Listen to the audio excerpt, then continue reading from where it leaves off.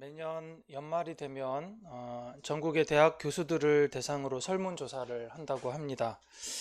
한 해를 돌아보고 가장 잘 어울릴 만한 사자성어를 뽑기 위한 설문조사라고 하는데요. 올해 뽑힌 사자성어는 견리망의입니다. 문자 그대로 해석을 하면 이익을 보고 의로움을 잇는다라고 하는 뜻이라고 합니다. 그래서 어제 이제 이 사자성어의 유래를 좀 찾아봤는데요. 그 송나라의 이제 사상가였던 장자가 사냥을 하기 위해서 이제 석궁을 들고 이제 길을 가고 있었는데 희한하게 생긴 까치가 자기를 이렇게 스치듯이 지나갔다는 거죠. 근데 이제 이 까치가 보니까 이 날개는 한 7자, 8자, 7자가 되고 또 눈이 어마어마하게 커서 막 한치나 되는 이런 까치를 보고 이제 너무 희한해서 그 까치를 이제 잡으려고 하다 보니까 이 까치가 이제 어떤 사람은 정원이라고 하고 어떤 사람은 저택이라고 하는데 이 조릉이라고 하는 그 집의 이름인지는 잘 모르겠어요. 이제 거기에 들어간 거죠. 그래서 뭐에 홀린 듯이 그 까치만 보고 이제 거기를 들어간 겁니다. 봤더니 까치가 이제 밤나무 위에서 딱 앉아가지고 있길래 그 까치를 잡으려고 이제 석궁을 이렇게 딱 겨누고 있는데 그 날개도 엄청나게 크고 눈도 엄청나게 그렇게 큰 까치가 자기의 기척을 전혀 느끼지 못하고 다른 곳만을 너무 응시하다 보니까 도망갈 생각조차 하지 않고 있는 것이죠. 그래가지고 이 장자가 저 까치가 도대체 뭘 보나 싶어서 까치의 시선이 향하는 곳으로 이렇게 쭉 봤더니 까치가 본 곳에 사마귀가 있는 거예요. 그래서 이 까치가 사마귀를 잡으려고 거기에 온통 신경이 팔려가지고 이제 자기가 지금 죽을 위기에 있다는 것도 이제 모르고 있었다는 것이죠. 근데 이 사마귀를 보니까 이 사마귀는 또 매미 한 마리를 잡아 먹으려고 그렇게 온 신경이 집중되고 있어가지고 까치가 지금 자기를 잡아 먹으려고 하는 것도 모른 채로 그러고 있더라는 것입니다. 그래서 이제 그 상황을 깨닫고 장자가 이렇게 모든 것이 다 연결되어 있구나. 자기 눈앞에 이익만 쫓으려고 하다 보니까 자기 생명이 지금 위기에 닥친 것도 모르고 있구나. 그 생각을 하면서 이제 거기를 탁 나오려고 하는데 갑자기 거기를 관리하는 관리인이 이 장자에게 소리치면서 아니 당신은 누군데 허락도 받지도 않고 여기에 들어와 있는 것이요. 이제 이 이야기를 하니까 그 순간 또 깨달은 것이죠. 이 까치나 사마귀나 매미뿐만 아니라 사마귀뿐만 아니라 나조차도 똑같구나. 내가 지금 까치를 잡으려고 하다 보니까 남의 집에 그냥 무턱대고 들어와 가지고 여기에서 내가 이러고 있었구나 라고 생각을 했답니다. 그리고 나서 이 장자가 3개월 동안을 두문불출하면서 여러 가지 생각을 했다고 하는데 이 이야기에서 나온 것이 이 견리망이라고 합니다. 까치를 잡기 위해서 눈앞에 이익을 쫓다 보니 자신의 의로움조차도 무엇이 옳은지 그른지조차도 잊어버리고 살았다라는 것인데요. 사실 이 이야기만을 놓고 보면 눈앞의 이익을 쫓다가 의로운 것을 잊어버리는, 조금 심하게 표현을 하자면 눈앞의 이익을 쫓기 위해서 쫓다 보니 악한 일을 행하는, 이렇게까지는 조금 과장될 수도 있겠지만 아무튼 이런 말을 생각을 하면 참 어리석은 사람이다 라고 생각이 들겠지만 현대를 살아가는 많은 사람들이 또 어떻게 보면 많은 그리스도인이 저도 말씀을 묵상하면서 제가 이렇게 한 해를 살았구나 라는 그런 생각이 들었습니다. 사도 바울 역시도 이 빌립보의 성도들에게 이와 유사한 맥락에서 지금 편지를 쓰고 있는데 우리 역시도 본문을 보면서 이런 맥락에서 한번 같이 나누고자 합니다. 빌립보는 도시였습니다. 근데 이제 로마의 도시들은 지금 우리가 살고 있는 이 파주시, 고양시, 서울시 이런 도시와는 조금 의미들이 다른 도시들이 꽤 많았었는데요. 이 빌립보시는 BC 4세기경에 필리포스 2세라는 왕이 자신의 이름을 붙여서 만들었다기보다는 그 지역에 세운 도시입니다. 근데 이 필리포스 2세가 누구냐면 우리가 잘 아는 알렉산더 대왕의 아버지였던 것이죠. 마게도냐의 유명한 왕이었고, 이 20살의 왕이 돼서 그리스부터 이집트, 인도까지 영토를 넓히고 그 페르시아 제국을 무너뜨린 이 알렉산더 대왕인데, 이 알렉산더 대왕이 사실은 이 헬레니즘 문화, 이 그리스 문화에 굉장히 심취해 있었기 때문에 가는 곳마다 헬레니즘에 대해서 사실은 많이 설파를 하죠. 그래서 이 헬레니즘 문화가 곳곳에 퍼지게 되는데도 이 알렉산더 대왕의 역할이 상당히 컸다라고 볼 수 있습니다. 근데 이 알렉산더 대왕도 자신이 정복한 곳곳에 자신의 이름을 붙입니다. 그 도시의 이름들이 바로 알렉산드리아였죠. 지금도 이제 이집트 쪽에 가면 그런 도서관도 있고 그런 이름으로 남아있는 곳들도 있는데, 그처럼 필리포스 역시도 자신의 이름을 따서 그렇게 이름을 짓습니다. 사복음서에 보면 가이사랴 빌립보 같은 경우에도 이 필리포스는 아니지만 이제 다른 그 필립 왕에게 헌정하면서 도시의 이름을 그렇게 붙였던 것처럼 도시들의 곳곳에 이렇게 이름을 붙였던 것이죠. 그런데 이제 나중에 이 빌립보라고 하는 도시가 마게도냐의 지배에 있다가 로마의 지배를 받게 됩니다. 그런데 로마에서는 조금 더 이 빌립보에 의미를 갖다 붙입니다. 정책적으로 어떤 역할들을 하게 되는데, 그것이 무엇인가 하면 퇴역한 군인들을 여기에다가 이주를 시키게 되는 것이죠. 그러니까 로마 같은 경우에는 인공도시도 상당히 많이 있지만 그 도시들을 인공적으로 조성을 해서 거기에 퇴역한 군인들을 이주를 시키거나 또 아니면 귀족들이 그곳에 가서 살 수 있는 그런 환경들을 상당히 많이 만들었는데, 그런 곳들은 그냥 단순히 야 당신들 저기 가서 좀 사십시오 이런 정도가 아니라 로마 본토에서 사는 것과 거의 동등한 수준의 대우를 받게 되는 것이죠. 그러니까 이 사람들은 로마가 내전에서 승리를 하는데 혁혁한 공을 세웠던 사람들, 그러니까 굉장히 소중한 사람들을 그쪽으로 이주를 시키고요. 도시 역시도 로마와 상당히 유사한 모양으로 만들고요. 그리고 거기에서 사는 사람들은 동등한 로마 본토 시민들과 동등한 대우를 하게 하는데, 여기는 식민지였음에도 불구하고 기본적으로 로마 시민권을 줍니다. 그리고 시민권자로서의 고유한 권한을 주는데, 황제에게 호소할 권리, 특별한 이유 없이 감옥에 갇히지 않을 권리, 재판을 제대로 받을 수 있는 권리, 이런 권리들을 줘요.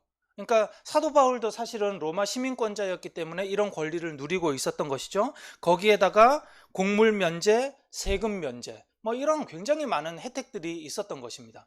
그러니까 이 로마와 굉장히 많이 떨어져 있는 도시에서 살고 있지만, 이 사람들은 어떻게 보면 로마 본토에 살고 있는 사람들보다도 더 로마에 대한 그런 어떤 자부심, 이런 부분, 이런 것들을 가지고 살 수도 있는 것이죠.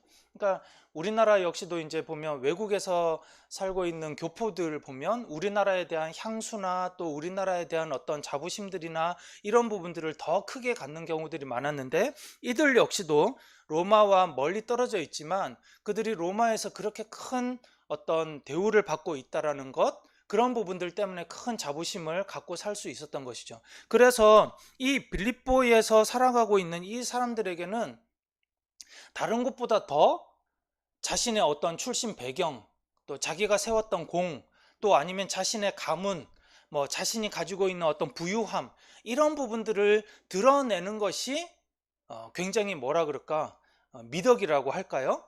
그런 모습이었고, 그런 부분들을 많이 가지면 가질수록 거기에서 훨씬 더 풍요롭고 또 이름을 날리면서 그렇게 살아갈 수가 있었던 것이죠. 그런데 이런 대우를 받으면서 살았던 사람들이 추측을 해보자면 대부분 몇 살이었었냐면, 알렉산더 대왕도 20살 때에 왕이 되었지만 로마에서 많은 사람들이 10대 후반에 장군이 됩니다. 귀족 가문에서 태어나서 10대 후반에 이미 장군이 돼서 10대 후반이나 20대 초중반에는 많은 전투에 나가서 공을 세우거나 이런 사람들이 상당히 많이 있습니다. 그러면 이 사람들이 퇴역했을 때 몇 살이냐? 어쩌면 20대 후반의 사람들도 상당히 있었을 수 있다는 것이죠. 그러면 그 사람들이 평생 동안 나머지를 살아갈 때에 수십 년 동안 살아갈 때에 무슨 논리로 살아가겠습니까? 이런 논리로 살아갈 수밖에 없는 것이죠.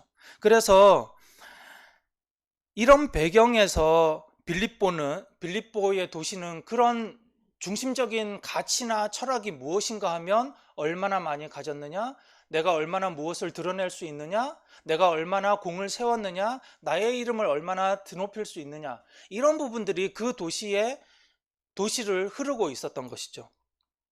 이런 배경에서 사도 바울은 빌립보의 성도들에게 굉장히 중요한 권면을 하고 있는 것입니다. 근데 오늘 이제 같이 본문을 읽었지만 3장에서 4장까지 이렇게 본문을 선택한 이유가 사실은 이제 그 시작과 끝부분이 나를 본받으라 혹은 나에게서 배웠다 이런 부분들이 있어서 공통적으로 있어서 제가 본문을 그냥 임의적으로 그렇게 나눴고요. 그리고 본문을 저는 좀 이렇게 나눠봤습니다. 다른 학자들은 전혀 이렇게 나누지 않는데 저 혼자서 이렇게 묵상을 하면서 나눴고요. 그리고 일부러 좀 대칭되게 서로 간에 좀 상호 의미의 연결 지점들을 조금 찾아서 이렇게 했습니다. 그래서 앞부분에서는 우리를 본받지 않는 사람들이 그렇게 있다라고 한다면 이제 마지막 다시 A 프라임 부분에서는 우리가 배우고 듣고 그런 부분에서 우리가 이제 어떻게 실천해야 되는 것인지 그런 부분들에 대한 이야기가 있고요. 그 다음에 B에서는 우리의 구주에 대한 부분, 그리고 B 프라임 부분에서는 우리가 그 구주께 무엇을 해야 되는지, 그리고 C와 C 프라임에서는 그렇다면 이 구주를 믿는 그 공동체의 사람들이 같은 마음을 가지고 또 관용을 해야 된다라고 하는 그런 부분들로 묶어서 같이 한번 보고자 합니다. 첫 번째로 우리가 본받을 것에 대한 부분인데 사도 바울은 이 시작 부분에 있어서 3장 17절에서 나를 본받으십시오 라고 이야기를 합니다. 어떻게 이런 자신감을 가질 수 있는가? 제가 목사지만 여러분에게 여러분 제발 나를 좀 본받으십시오 이렇게 말할 수 있는 건덕지가 단 하나라도 있을까? 말씀을 이 본문을 대할 때마다 늘 자신감이 더 떨어지고는 하는데 근데 사실은 이 바울이 자신을 높이거나 자신만만해서 그렇다기보다는 자기가 경험한 그 놀라운 은혜의 세계, 그러니까 내가 예수 그리스도를 나의 구주로 삼고 이렇게 살다 보니 여기에는 너무나 풍요로운 것들이 있더라. 그러니 당신들도 나처럼 이 세계로 들어오라. 이렇게 초청하는 의미가 훨씬 더 크다라고 보면 좋을 것 같습니다. 그리고 17절에서 이 본받는 사람들이라고 하는 단어에서 볼 수 있듯이 본받는 사람들의 의미에는 함께를 뜻하는 전치사가 결합되어 있습니다. 그래서 함께 본받는 자, 함께 본받는 사람 이런 의미로도 볼 수 있기 때문에 예수 그리스도를 본받는 것이 개인적인 차원이 아니라 공동체적인 차원에서의 명령으로도 볼 수가 있는 것이죠. 이 18절과 19절은 그리스도 공동체에서 배웠지만 배운 대로 살지 않는 사람들의 모습이 나옵니다. 그들은 예수 공동체 안에 있을 가능성이 큽니다. 그러니까 빌립보에 흩어져 있는 이 성도들 중에는 예수 공동체 안에 있다고 하지만 배운 대로 본받는 대로 살지 않는 그런 사람들인데 그들은 과연 어떤 사람들인가 하면 결국 그리스도의 십자가의 원수로 살아가는 것이죠. 기껏 예수의 복음을 받아들였지만 정작 살아가고 있는 것은 예수 그리스도의 십자가의 원수로 살아가고 있는 것입니다. 그들의 모습은 보면 지금 매우 잘 되는 것처럼 보이더라도 마지막은 멸망이고 그들이 추구하는 것은 자신의 배, 위장, 이 사람들도 그랬는지는 모르겠지만 사실 이 당대의 많은 귀족들이 보면 그 로마의 음식 문화 중에 하나가 무엇인가 하면 이렇게 한쪽으로 누워서 먹잖아요. 이렇게 누워서 먹는데 이 누워 있는 이 침상의 앞에 보면 조금 이렇게 지저분하지만 토하는 그릇이 있어요. 그러니까 이제 누워서 먹고 소화되기 전에 토하는 거죠. 왜냐하면 맛있는 거를 더 많이 먹기 위해서. 그래서 아마 이런 문화들 때문에 그 이제 한쪽으로 뭐 어느 왼쪽인지 오른쪽인지는 모르겠는데 한쪽으로 누워서 먹으면 이렇게 먹고 나서 위가 훨씬 더 편하다 그러더라고요. 그래서 예수님의 제자들도 보면 이렇게 식사를 하고 그럴 때 이렇게 한쪽으로 기대거나 그런 모습들이 나오잖아요. 이게 아마 이제 로마 배경의 풍습이 아닐까 싶은데, 어떻든 기본적으로 그 로마 황제를 섬기거나 아니면 로마의 신을 섬기는 이 귀족들의 문화에서는 매일매일마다 자신이 섬기는 신에게 제사를 지내고 그 음식을 먹고 또 저녁에 파티를 한다고 하더라도 이 파티가 그냥 단순한 파티들이 아니라 그 신에게 먼저 숭배하고 제사하고, 그리고 거기서 굉장히 어떤 난잡한 그런 파티들을 많이 하는 것이죠. 그래서 성경에서 나오는 술에 취하지 말라라고 하는 것은 그냥 단순히 술 먹고 취하지 말라라는 의미가 아니라 정말 그런 어떤 우상을 숭배하고 난잡한 그런 문화들 속으로 취해 들어가는 그런 생활을 하지 말라라고 하는 의미가 훨씬 강한 것이죠. 그런데 그들이 추구하는 것은 자신의 배를 불리는 것, 자신의 위장만 채우는 것, 자기의 즐거움만 추구하는 것, 이런 것이고, 그들이 영광스럽게 생각하는 그것은 도리어 수치가 될 것이라고 이야기를 하는 것입니다.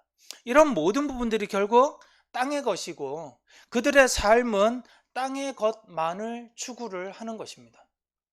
이 빌립보에는 소수의 유대인들이 있기는 했었습니다. 하지만 대부분의 그리스도인들은 아마 이방인 그리스도인들이었을 것입니다. 그들이 성장해온 배경들은 이런 이방적인 이교적인 문화 가운데 있었기 때문에 그들이 비록 예수 그리스도를 받아들였다고 하더라도 또다시 그들은 그 문화에 또다시 젖어 들어가는 그런 모습이었었던 것이죠. 땅의 것만을 생각한다는 것은 우리가 뭐 이렇게 살아가면서 뭐 집을 생각하거나 먹을 것을 생각하거나 이러지 말라는 것이 아니라 이분법적으로 구분을 하는 것인데, 사도 바울이 이제 자주 하늘의 것과 구분하는 의미에서 육체라고 하는 그런 영과 육체를 구분을 하는 그런 의미인 것이죠. 하나님과 상관이 없고 성령의 인도하심과 성령의 소욕에 반대되는 그런 부분들을 이 땅의 것이라고 이야기를 하고 있습니다. 반면 4장 8절과 9절, 요 마지막 것이죠. 여기에서는 그리스도를 본받는 우리가 가져야 되는 그 생각의 방향과 실천의 방향이 나옵니다. 우리는 이 십자가의 원수로 살아가는 그런 모습으로 살지 않기 위해서는 우리가 어떻게 무엇을 생각해야 되는가? 참된 것을 굳이 생각해야 되는 것이죠. 무엇이든지 참된 것을 생각하고 무엇이든지 경건한 것을 생각해야 되고, 옳은 것, 순결한 것, 사랑스러운 것, 명예롭고 덕이 되고 칭찬할 만한 것을 생각해야 합니다. 여기에 더 의미를 부여하고 어떻게 더 그렇게 살아갈 것인가에 대해서 고민하고 방법을 찾아야 되는 것이 바로 그리스도를 배우고 본받아야 되는 그런 사람의 모습이라고 할 수가 있는 것이죠. 우리가 이 방향에 집중할 때 평화의 하나님께서 우리와 함께 하신다라고 이야기를 합니다. 그런데 사실 그러면 우리가 이런 행동을 해야만 하나님께서 우리와 함께 하신다라는 의미보다는, 제가 생각할 때는 하나님께서는 늘 이 방향으로 우리를 인도하시는 것이죠. 늘 우리 마음속에서, 우리의 생각 속에서 간섭하시면서 우리가 참된 것을 생각하도록, 경건한 것을, 또 옳은 것을 생각하도록 그렇게 우리를 인도하시는데, 우리가 그런 생각이 들 때, 하나님께서 그렇게 인도하실 때 우리가 순종하면 하나님께서 그 길에 더 함께 하시는 것이지만, 우리가 그 길에 순종하지 않고 굳이 다른 반대 방향으로 가려고 한다면 하나님께서 그 길에 복을 더하시기가 힘드시다는 것이죠. 두 번째는 우리의 구주입니다. 본받지 않는 사람들의 모습과 달리 B의 부분에서는 우리가 기대할 부분에 대해서 말하고 있는데, 20절을 보십시오. 거기서 강조하고 있는 것은 우리의 시민권입니다. 우리의 시민권이 하늘에 있습니다. 하늘이라는 표현 역시도 죽어서 가는 어딘가가 아니라 하나님 나라의 백성이라는 뜻이죠. 빌립보에 사는 사람들은 이미 알고 있었습니다. 세상에서 가장 파워 있는 것은 로마 시민권이라는 것을 알고 있었습니다. 하지만 그리스도인은 그 어떤 제국의 시민권보다 하늘의 시민권이 절대적이라고 믿게 된 사람들입니다. 빌립보에 사는 사람들은 그들이 생각하는 구원은 로마 황제와 로마 군대, 로마의 힘에서 온다는 것을 알고 있었습니다. 그들이 볼 때 로마 식민지 땅 이스라엘의 청년 예수가 죽었다라고 하는 것은 유대인들이 볼 때에도 저주받은 십자가형이었는데 그 청년 예수가 죽는 것은 별로 크게 문제도 되지 않는 것이죠. 그들이 볼 때 예수는 무기력하고 비천한 사람이었습니다. 그리고 그들을 따르는 사람들 역시도 비천한 사람이었습니다. 하지만 그리스도인은 그 어떤 황제보다 예수 그리스도만이 진정한 구원을 주시는 분이라 믿는 사람들인 것이죠. 그렇기 때문에 우리 4장 6절과 7절을 보십시오. 우리는 하나님께 간구합니다. 빌립보 사람들이, 로마 시민들이 황제에게 요청할 권한을 더 중요하게 여기겠지만 그리스도인은 그렇지 않습니다. 우리는 하나님께 간구하는 것이 더 중요하다고 믿습니다. 가장 더디다고 여겨질 수 있겠지만 이렇게 급박하고 어려운 상황에서 기도하는 것이 도대체 무슨 소용인데? 라고 생각할 수도 있겠지만 우리는 그렇지 않고 가장 확신하고 신뢰할 수 있는 방법은 하나님께서 제시하는 방법이고 하나님께서 인도하시는 방법이라고 믿기 때문에 하나님께 간구하는 것이죠.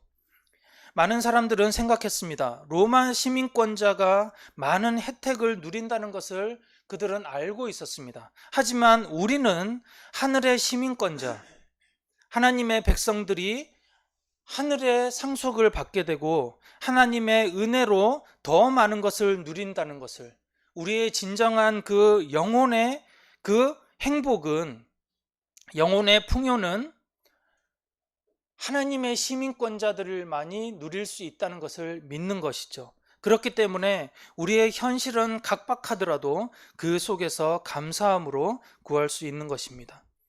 마지막으로 공동체입니다. 이제 마지막으로 예수 공동체 가족들이 할 일인데 4장 2절에는 유오디아와 순두계라고 하는 두 여성이 나옵니다. 사실 성경에는 이 두 사람에 대해서 크게 설명한 부분이 없습니다. 그런데 오늘 본문에서만 조금 유추를 해본다면 이 두 사람은 모두 사도 바울에게 좋은 동역자였는데 아마도 갈등이 있었지 않을까 생각을 합니다. 서로 스타일이 달랐을 수도 있겠고요. 어떤 자라온 배경이나 또 아니면 계층적인 차이나 무엇이 차이가 있었는지 모르겠지만 우리가 늘 넘어서 교회에서 이야기하는 것처럼 차별을 넘어 차이를 인정하는, 하지만 이 차이를 인정하는 것이 얼마나 다른지 우리는 너무나 잘 알고 있지 않습니까?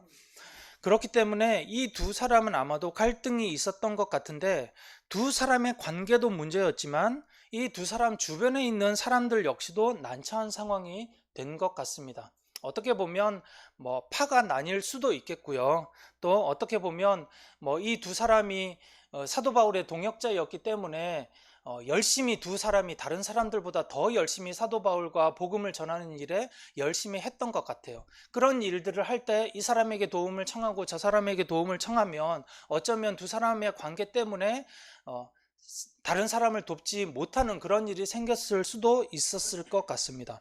어떻든 사도 바울은 이런 상황에서 중요한 것이 무엇이냐, 이 두 명이 모두 생명책에 기록되어 있다는 것이죠. 이 말은 두 사람 모두 하늘의 시민권자라고 하는 다른 표현입니다. 결국 두 사람이 모두 다 서로 간에 갈등이 있든 없든 하나님의 복음을 전하기 위해서 애쓰고 있고 그 두 사람뿐만 아니라 우리 모두가 다 하나님의 시민권자라는 것을 기억을 해야 되는 것이죠. 서로 다르기 때문에 갈등이 오는 것, 제가 아는 목사님들도 한국 사회에서, 한국 교회에서 가장 넘기 어려운 것이 무엇인가? 정치적인 색깔의 갈등이라고 이야기를 합니다. 저도 그렇습니다. 저희 부모님과도 그런 정치적인 색깔을 넘어가기가 어려운 것 같고요. 뭐 교회에서도 역시 마찬가지고요. 선거철만 되면 또 막 나뉘게 되고, 다른 것에서는 그렇게 사이가 좋다고도 그 부분만 나오면 참 그런 것 같아요. 근데 한편으로는 충분히 이해를 할 수 있습니다. 왜냐하면 배경에서 어떤 그런 사회의 안보에 대한 그런 관점의 부분, 뭐 이런 부분에서 충분히 다른 견해들을 가지고 있을 수 있기 때문에 그렇다라고 생각을 하지만 우리는 언제나 이것은 생사를 걸 만한 문제가 아니라 차이라고 하는 부분에 대해서 늘 생각을 해야 되는 것이죠. 갈등이 올 수가 있지만 공동체에는 더 큰 위협이 늘 상주에 있다는 것을 우리는 기억을 해야 됩니다. 이 큰 위협이라고 하는 것은, 너 예수 믿어?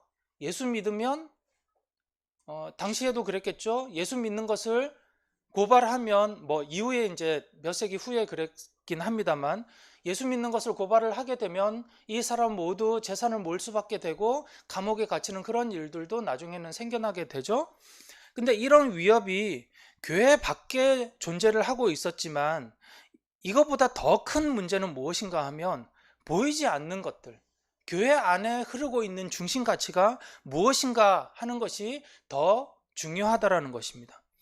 예수를 믿으면서도 땅의 것을 더 우선시하는 문제, 그것이 더 큰 위협이라는 것이죠. 그렇기 때문에 공동체는 예수 복음 안에서 같은 마음을 갖고 서로 관용하는 훈련을 해야 됩니다. 같은 마음을 갖기 위해서 훈련하고 애쓰고 노력하고, 또 서로 간에 포용을 한다라고 하는 것은 내가 가지고 있는 부분에 대해서 일정 정도 포기를 하는 것이죠. 갈등은 어떻게 보면 굉장히 심플합니다. 두 가지 중에 하나입니다. 속도와 밀도, 둘 중에 하나입니다. 속도와 밀도는 양립하기 어렵다라고 이야기들을 많이 하죠. 어떤 사람은 일을 갖다 하는데 굉장히 빨리빨리 하는 사람이 있습니다. 어떤 사람은 일을 하는데 아주 정확하게 하려고 애를 쓰는 사람들이 있습니다. 그런데 거의 대부분의 사람은 빨리 정확하게 하는 것은 거의 불가능합니다. 거의 대부분의 사람들은, 아주 극소수의 사람들이 오랜 훈련에 의해서 그런 경우들이 가능한 사람들이 있기는 하지만 거의 대부분은 불가능합니다. 그렇다라고 한다면 갈등은 어디서 오느냐? 내가 가지고 있는 속도의 타인을 맞추려고 할 때 오거나, 아니면 내가 가지고 있는 정확도의 타인을 맞추려고 할 때 오는 것입니다. 그러면 내가 속도가 빠른 사람은 속도를 늦추고, 정확도가 높은 사람들은 정확도를 낮추는 방법밖에 없습니다. 왜냐하면 속도가 느린 사람이 빠르게 할 수 없고 정확도가 낮은 사람이 높게 할 수는 없는 것이거든요.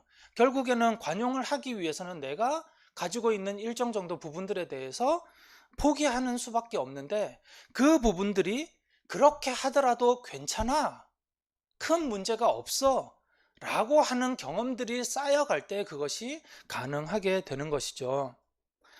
가족 여러분, 연말이니까 제가 사실은 이 말씀을 드릴까 말까 엄청나게 많이 고민을 했는데 마지막으로 그냥 징징대려고 생각을 합니다. 말씀을 드립니다.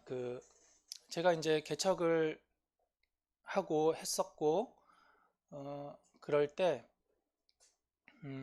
개척을 하는 이제 그 과정에서 여러 명이 떠났어요. 근데 떠날 때 제 속에서 제가 저를 보면서 너무 놀란 게 하나가 있습니다. 그것이 무엇인가 하면, 그 사람들이 떠날 때 제가 마음 아프지가 않았었어요.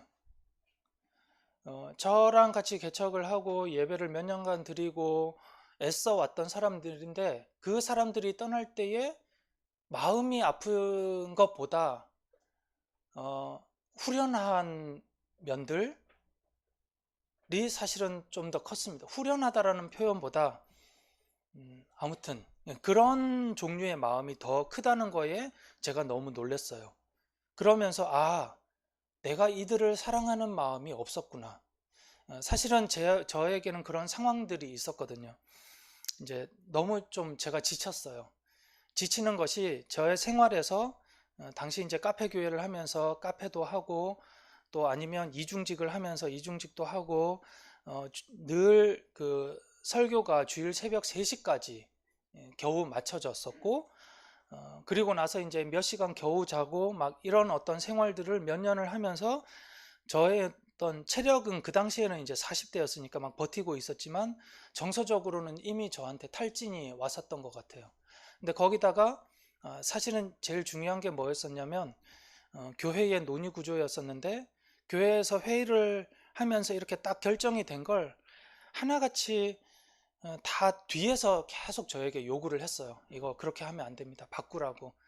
그러니까 결정을 할 때는 이야기를 하지 않았다가 막 이제 바꾸라고 하니까 그 부분에서 제가 오는 그런 어떤 정서적인 소진이 너무 커서 그런 시간들이 오래 지나고 보니 저한테 이제 결국 그들이 떠날 때 그런 어떤 음, 마음들 아쉽고 잡고 싶고 가슴 아프고 이런 부분들이 덜 했었는데 그런 그게 저한테는 내가 사랑하는 마음이 다 사라졌구나 라고 하는 저를 볼 때 저한테 되게 충격이었어요.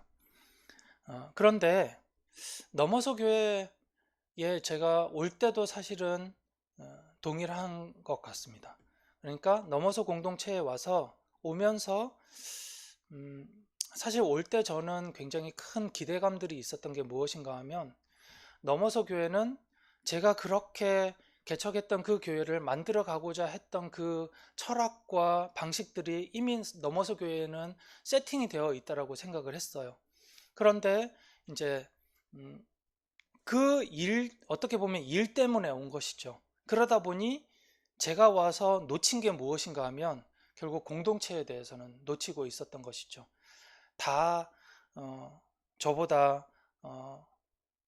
인품도 좋고 또 사역에 있어서도 다른 교회들처럼 동원하거나 하십시오 하십시오 하지 않아도 다 주도적으로 잘 하시고 계시고 그래서 그런 관계성에 대한 부분들에 대해서는 제가 사실 여력도 없었기도 하지만 돌아보면 그거는 핑계였던 것 같고 상황적으로도 변명하자면 그런 게 있었죠. 오자마자 첫 해 1년 동안은 관망하면서 넘어서 교회 시스템을 보려고 했었는데 그 해에 코로나가 터지고 또 만나지 못하고 3년의 시간 동안 그렇게 흘려보내버리고 어떻게 보면 저에게 있어서 사역에 굉장히 중요한 골든타임을 그렇게 다 날려먹고 나니 이제 벌써 5년 차가 이제 되어가고 있는 것이죠. 그런데 지난 2023년을 돌아보니 제가 그렇게 견리망의 의로움과 관련은 없는 것인지는 모르겠지만 제가 먹고 살기에 바쁘고 그냥 그 부분에만 더 방점을 찍고 있다 보니 교회에 있어서 나의 더 소중한 공동체의 관계성들은 그냥 그렇게 되는 것이 아닌가라는 그런 부분들이 제 가운데 굉장히 컸었습니다. 네, 그래서 내년에는 열심히 살려고요. 우리 사랑하는 가족 여러분, 세상은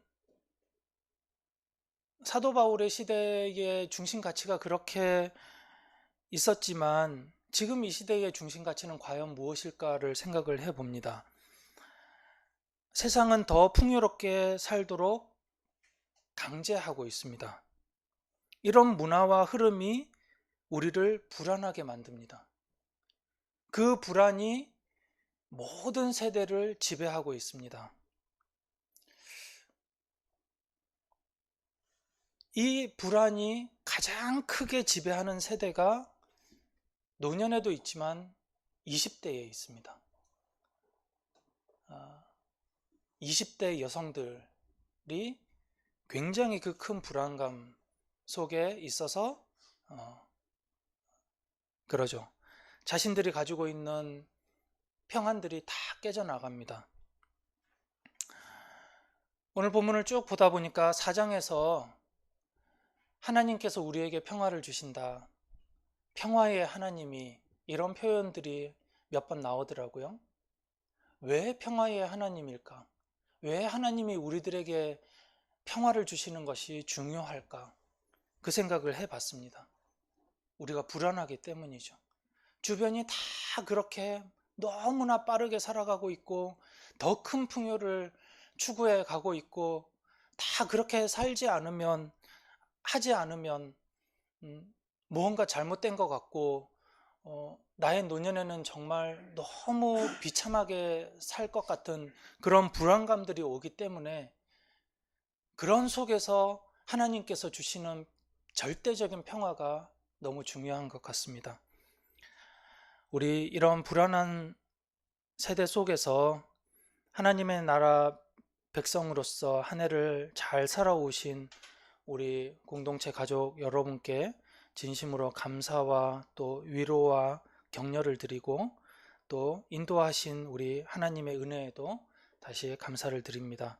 우리 사랑하는 가족 여러분, 우리 공동체가 더욱 하나님 안에서 우리 서로가 서로를 본받으면서 살아가기를 축원하고, 또 이런 불안한 세태 속에서 하나님의 평강이 지금까지 있었던 것처럼 또 새해에도 또 우리와 늘 함께 하시기를 예수 그리스도의 이름으로 축원합니다.